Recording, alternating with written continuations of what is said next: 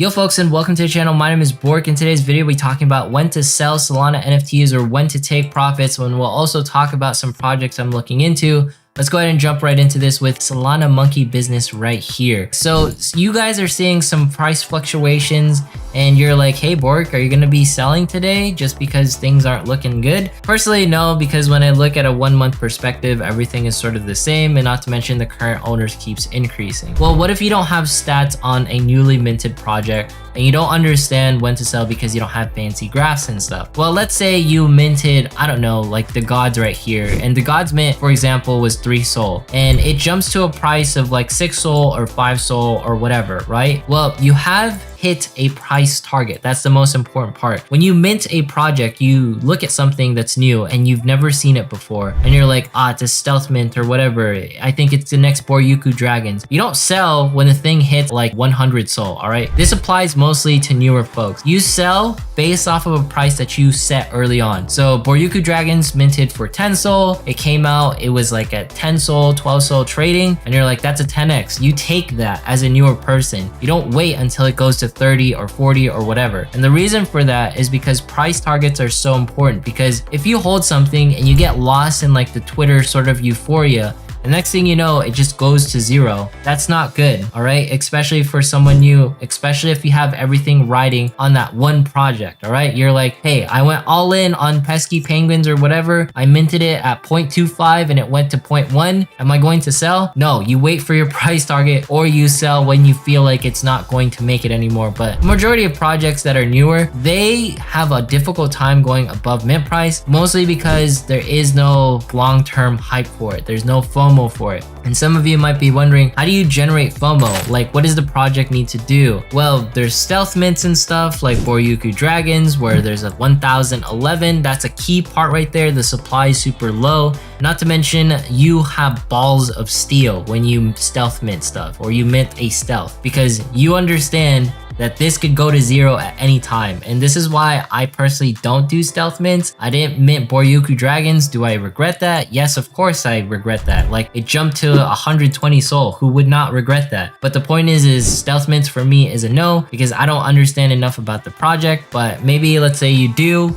and you're like, hey, my price target's at 2 SOL, then you just take it, all right? Because you need to get liquid enough so that you can get comfortable with holding the bag. What do I mean by that? I mint a bunch of projects all the time. You'll see it on Twitter. Like, I'll just be degenning left and right, all right? And I'm not going to mint every single project that's gonna be a banger. What I'm trying to tell you is that I'm comfortable holding some of my NFTs and them going to zero, because I am playing with profits and I have liquidity. And I have price targets that I want to hit, and essentially when I hit those, I will sell. Essentially, my stuff like Thugbirds, Stylish Studge, you know, my top projects, turtles, they will outperform the rest of the projects that I don't mint appropriately. Or for example, you know, Shadowy Supercoder DAO, which is also Genesis Go right here. Now, some of you might be wondering, all right, I don't mint stealth projects. How do I mint something like Shadowy Supercoder DAO that's performing insanely well? Well, the thing is with Shadowy Supercoder DAO, they have insane technology. They are supporting the Solana network with all of the different validators, RPC servers. All the things that they essentially do is unparalleled across the industry when it comes to Solana NFTs. Like, no one else can do it. Now, can you find projects where no one else is doing the exact same thing? Obviously, it's very difficult. Solsteads right here had a big sort of grasp on like the NFT gallery space for quite some time. And then obviously now we have a bunch of projects that sort of do NFT galleries, and it's difficult to compete. So for example, we have something like Desolate that's doing really well. I can't wait to mint this tomorrow, I believe. I don't know when this releases, so you know, excuse me if it releases later, but look at this stuff right here. This is Desolate's, our first like VR gallery sort of deal, and I absolutely love it. Is there going to be something else that pops up like this in the future? I don't know.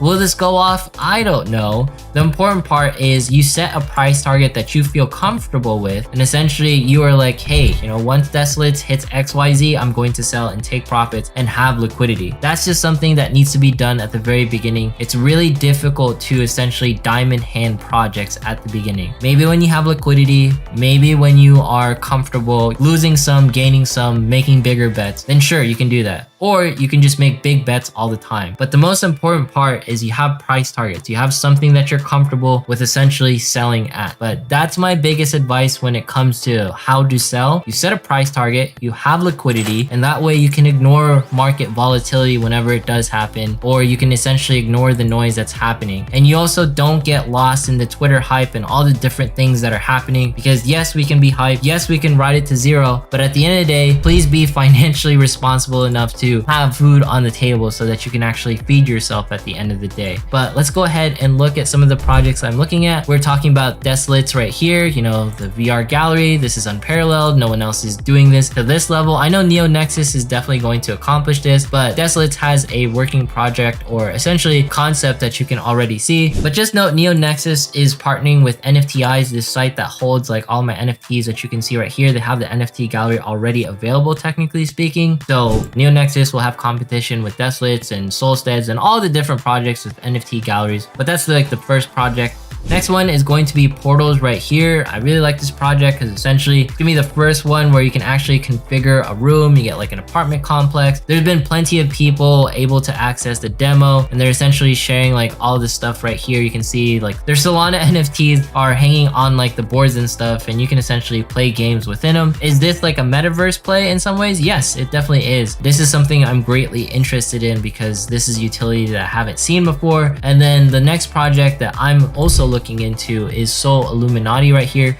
I think it is really cool, or Soul Illuminati, and that's mostly because if you jump into the discords right here, obviously I'm in a bunch. This is the one with Soul Illuminati. They have a bunch of different chats that holds, hey, you know, the I spotted 8,378 at this price or whatever, right?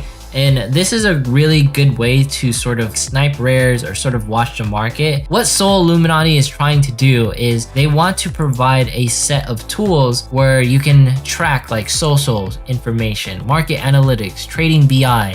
You know, the eye will do all of that for you. It'll come in the form of the Discord bot that you sort of saw. And this is a product-based NFT project. In some ways, Genesis Go is a very similar thing, a product-based NFT project. And I know a lot of projects are trying to become product-based, but this one is dedicated to that sense. But the biggest thing that you will notice, all of the projects that I'm looking into, obviously none of them are stealth, because a stealth mint involves like it releasing that day of or within a couple of days, and it generates FOMO to the level of Boryuku dragons. All right, you know, someone will be like, hey, I just minted XYZ project, low supply, high demand. You create FOMO, and that's where you know like a stealth mint will be insanely successful, because the price just keeps going up and people don't paper hand, and not a lot of projects will essentially reach Boryuku dragons. I know people are waiting for the next Boryuku dragons. There's Boryuku dragons derivatives releasing left and right, and in my opinion, like a lot of them will fail because essentially it's copying the project. A project, in order for a stealth mint to be successful,